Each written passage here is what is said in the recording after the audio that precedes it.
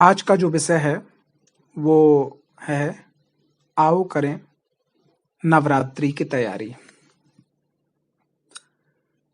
जिन लोगों के घर में माँ भगवती की पूजा होती है, विशेष करके नवरात्रि में पूजा होती है,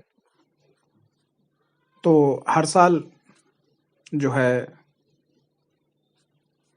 कहने का तात्पर्य ये पूजन होता ही होता है। कुछ लोग एक व्रत आगे का एक व्रत पीछे का रखते हैं, कुछ लोग नवरात्रि पूरे रखते हैं, कुछ लोग निर्जल रखते हैं।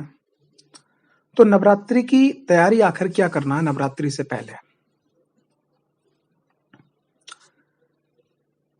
देखिए, आज मैं यहाँ आपको एक बात उदाहरण के तौर पे समझाना चाहता हूँ कि ताजमहल शाहजहां ने बनवाया। बनवाने के बाद में क्या हुआ, उसने आदेश दिया अपने सेनापति को, जब ताजमहल पूरा कंप्लीट हो गया, कि ताजमहल में जितने भी कारीगर, जितने भी लेबर मजदूरों ने काम किया, उन सबके हाथ काट दिए जाएं। अगर हाथ काट दिए जाएंगे तो ऐसा नक्शा नक्काशी, ऐसा ताजमहल दूसरी जगह नहीं बन सकता।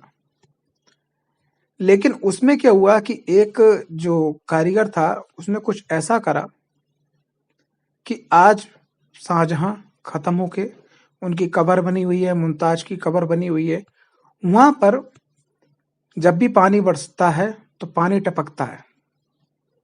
अच्छे अच्छे इंजीनियरों ने देखा लेकिन उस चीज को वो पकड़ नहीं पाए। इसी प्रकार से, ये तो एक उदाहरण था, इसी प्रकार से अगर आप माँ भगवती की पूजा आराधना पूरे मन से और तैयारी से करते हैं तो आपको 200% सफलता मिलेगी मिलेगी। 100% नहीं, 200%। तैयारी क्या करना है? देखो, सबसे पहली चीज, जो लोग आगे का व्रत पीछे का व्रत रखते हैं तो जैसा रहना चाहें वैसा रख सकते हैं। जो लोग नवरात्रि के पूरे व्रत रखते हैं, अच्छी बात है। लेकिन आज मैं उन लोगों के लिए बात करने जा रहा हूं कि जो लोग जैसे डायबिटीज के मरीज हैं, जिनको डॉक्टर ने ये कह रखा है कि साहब आपको जो है खाली पेट नहीं रहना है, या जो लोग भूखे नहीं रह सकते, वो माँ भगवती का व्रत कैसे रहेंगे? उनको क्या करना है कि भाई, अगर आप अपने घर के अंदर कलश की स्थापना करते हैं, माँ भगवती की अखंड ज्योत की स्थापना करते हैं, तो वो आप स्थापित कीजिएगा।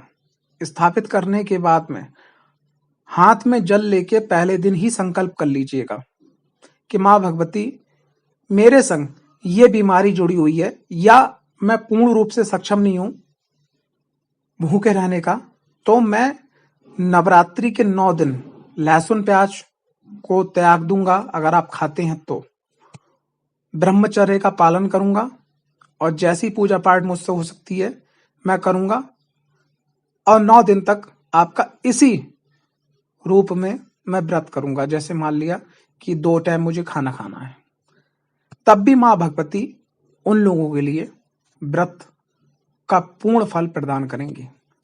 अब नवरात्रि से पहले के क्या तैयारी करनी होगी? देखो, सबसे पहली चीज क्या है, अगर आप चाहते हैं कि माँ भगवती आपको पूरा आशीर्वाद दें, अगर आप चाहते हैं कि माँ भगवती आदि शक्ति आप पे संपूर्ण कृपा करें, तो आप क्या करें? देखो, मैं एक चीज बताना चाहूंगा।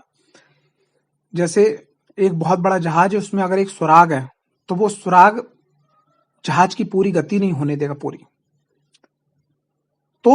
पूरी स्पीड से नहीं चलने देगा। इसी प्रकार से अगर आपके घर के अंदर ईशान कोण गंदा है तो माँ भगवती का पूरा फल आपको प्राप्त नहीं हो पाएगा।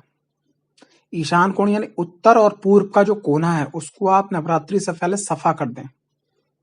दूसरा, देवी की आराधना नवरात्रि में तो शुक्र का कोना, यानी कि आपका दक्षिण और पूर्व का कोना, ठीक है, दक्षिण और यानी अग्निकोण, जिसके स्वामी शुक्र होते हैं, जो घर में वैभव लेके आते हैं, तो उसको भी आप सफा कर दीजिए। पूरे घर की आप नवरात्रि से पहले सफा कर लीजिएगा। पूरी सफाई बढ़िया करके, जो भी आपके कपड़े हैं, बिस्तर हैं, वो आप सब सफा कर लीजिएगा। घर में जाला वो भी हटा दीजिएगा अगर जाला कहीं लगा है। पुराने डिब्बा, पुराने कपड़े, उनको सबको बाहर कर दीजिएगा। यानी कि जो आपके अनयूज जो कपड़े हैं उनको बाहर कर दीजिएगा। आपके छत की जो गंदगी है उसको आप सफा कर दीजिएगा। मंदिर जहां आप रखना चाह रहे हैं, जहां पूजा करने चाह रहे हैं, उसको पूरा सफा कर दीजिएगा। मंदिर की जो मूर्तियां हैं उनको सब सफा कर दीजिएगा। पूजा का जो भी सामान है वो सब आप लाके इकट्ठा कर लीजिएगा। और आपके घर के जो कुल देवी देवता हैं उनका भी पूजन पहले कर लीजिएगा कि माँ भगवती का मैं ये व्रत रखने जा रहा हूँ 9 दिन का, या इस तरीके से रखना चाह रहा हूँ, आप लोग मुझे आशीर्वाद प्रदान करें। ठीक है ना। तो और उसके बाद में जो आपके पूर्वज हैं, जो पितृ हैं, तो नवरात्रि से एक दिन पहले पड़ती अमावस्या।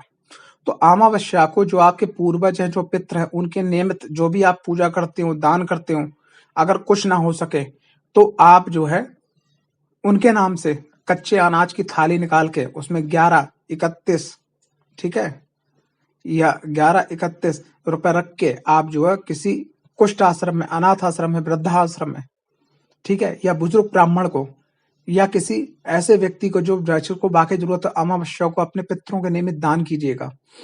और संग संग आप अपनी कुंडली का अध्ययन करवाइएगा नवरात्रि से पहले। कारण सुनिएगा, अगर आपका कोई भी दोष है कुंडली के अंदर, जिस कारण से आपकी धन की स्थिति अवरुद्ध हुई है, आपका व्यापार नहीं बढ़ा है, आपकी नौकरी में प्रमोशन नहीं हुआ, आप नौकरी के लिए बहुत प्रयत्न कर रहे हैं लेकिन नौकरी नहीं लग पा रही है, घर में कलह रहता है, तो कुंडली के अंदर अगर कोई ऐसा है दोष है और आपको पहले पता चल जाता है, और नवरात्रि में आप पूजा करते करते, माँ भगवती की आराधना करते, माँ भगवती का मंत्रों को जाप करते हुए, माँ भगवती का कवच, ठीक है, माँ भगवती का स्रोत का जाप करते करते अगर आप उस उपाय को भी शुरू कर देते हैं, अगर जो आपकी कुंडली के माध्यम से निकल के आता है, तो यकीन मानिएगा कि वो उपाय आपके लिए ब्रह्मास्त्र सिद्ध होगा और आपकी कुंडली के अंदर जितनी भी नकारात्मकता है, जितनी भी परेशानी है, ठीक है, वो समाप्त हो जाएगी। और अगर आपकी कुंडली नहीं है तो प्रश्न कुंडली विश्लेषण करवाइएगा।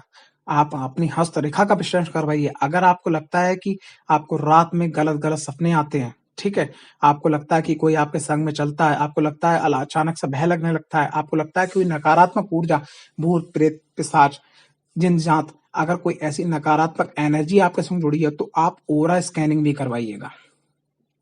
जो लोग भगवती माता रानी आदि शक्ति की कृपा प्राप्त करना चाहते हैं तो वो कवच को धारण कीजिएगा। माँ बगलामुखी साधक बगलामुखी कवच को धारण करें।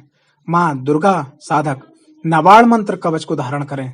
महालक्ष्मी साधक महालक्ष्मी कवच को धारण करें। इन्हीं के यंत्रों के सामने, इन्हीं के मंत्रों का अगर आप नवरात्रि में विधि विधान से पूजन करते हैं, जो भी सरल विधि है, सरल विधि क्या, देखो मैं आपको बताऊं, जिसने सृष्टि को बनाया उसके लिए आप क्या विधि अपनाओगे, बस एक चीज है, मेरा मुझ में क्या लागे भगवती, सब कुछ है तेरा और तेरा तुझको अर्पण क्या लागे मेरा।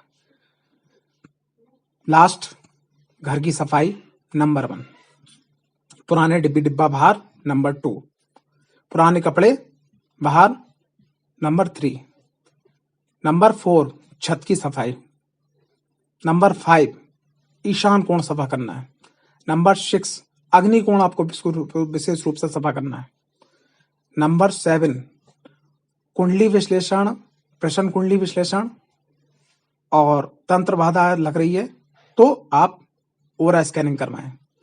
जिन भी देवी की आप आराधना करने जा रहे हैं उनका कवच जरूर धारण करें। आप उनके 9वां 10वां यानी 10 नंबर आप जो भी पूजा करें उनकी तैयारी पहले कर लीजिएगा।